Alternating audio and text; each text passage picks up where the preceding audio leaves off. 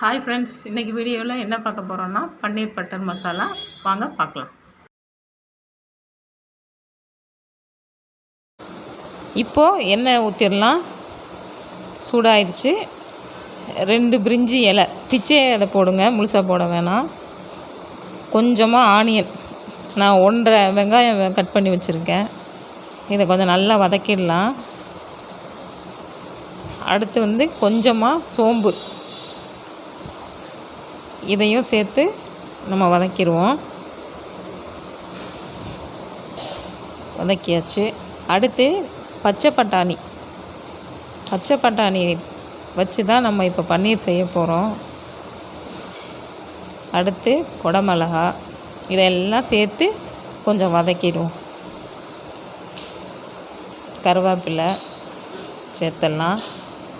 நான் ஆயில் கொஞ்சம் கம்மியாக தான் ஊற்றுவேன் எப்போதும் எல்லாத்துக்கும். உங்களுக்கு வேணும்னா நீங்கள் ஊற்றிக்கிறங்க. இது தக்காளி, 2 தக்காளியை நான் மிக்சியில் போட்டு அரைச்சி வச்சுருக்கேன். அதைத்தான் இப்போ ஊற்றுறேன். இதையும் நல்லா பச்சை வாசனை போகிற அளவுக்கு நம்ம நல்லா வதக்கலாம். கொஞ்சமாக மஞ்சத்தூள், அதையும் சேர்த்துக்கலாம். 1 டீஸ்பூன் கொத்தமல்லி தூள். அடுத்து மிளகாத்தூள் போடணும். உங்களுக்கு காரத்துக்கு தகுந்த மாதிரி போட்டுக்கிறங்க. நான் 1 டீஸ்பூன் போடுறேன்.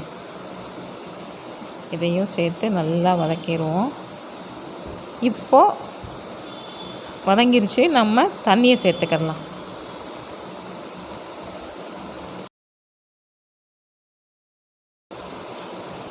ஒரு 1.5 டம்ளர் கூட நீங்கள் ஊற்றிக்கிறங்க தண்ணி. இப்போ உப்பு போட்டுடலாம். கொஞ்சம் நேரம் அப்படியே மூடி வச்சுருவோம். ஒரு 10 மினிட்ஸ் ஆகட்டும். இப்போ பார்த்துடலாமா? நல்லா கொதிச்சிருச்சு. இந்த சமயத்தில் கரம் மசாலா 1 டீஸ்பூன், இதையும் சேர்த்து நல்லா கொதிக்கட்டும்.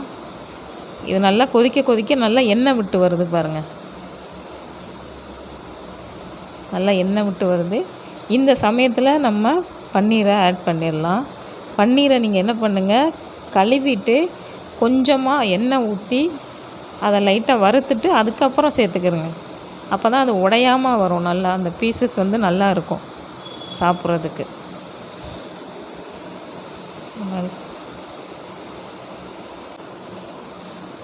சேர்த்துடலாம். ஓகே. இதை கிண்டும் போது மெதுவாக கிண்டி விடுங்க, உடஞ்சிரும். உடையக்கூடாதுங்கிறதுனால தான் நம்ம அதை கொஞ்சம் ஆயில் போட்டு வறுத்து எடுத்து போட்டு வச்சுருக்கேன். நீங்களும் அந்த மாதிரியே ட்ரை பண்ணுங்கள். சப்பாத்தி, பூரி, தோசை கூட நல்லாயிருக்கும். ஆனால் சப்பாத்திக்கு தான் எல்லோரும் பன்னீர் பட்டர் மசாலா அப்படின்னு சொல்லிட்டு வாங்குவாங்க. நீங்களும் ட்ரை பண்ணுங்கள். Thank you friends.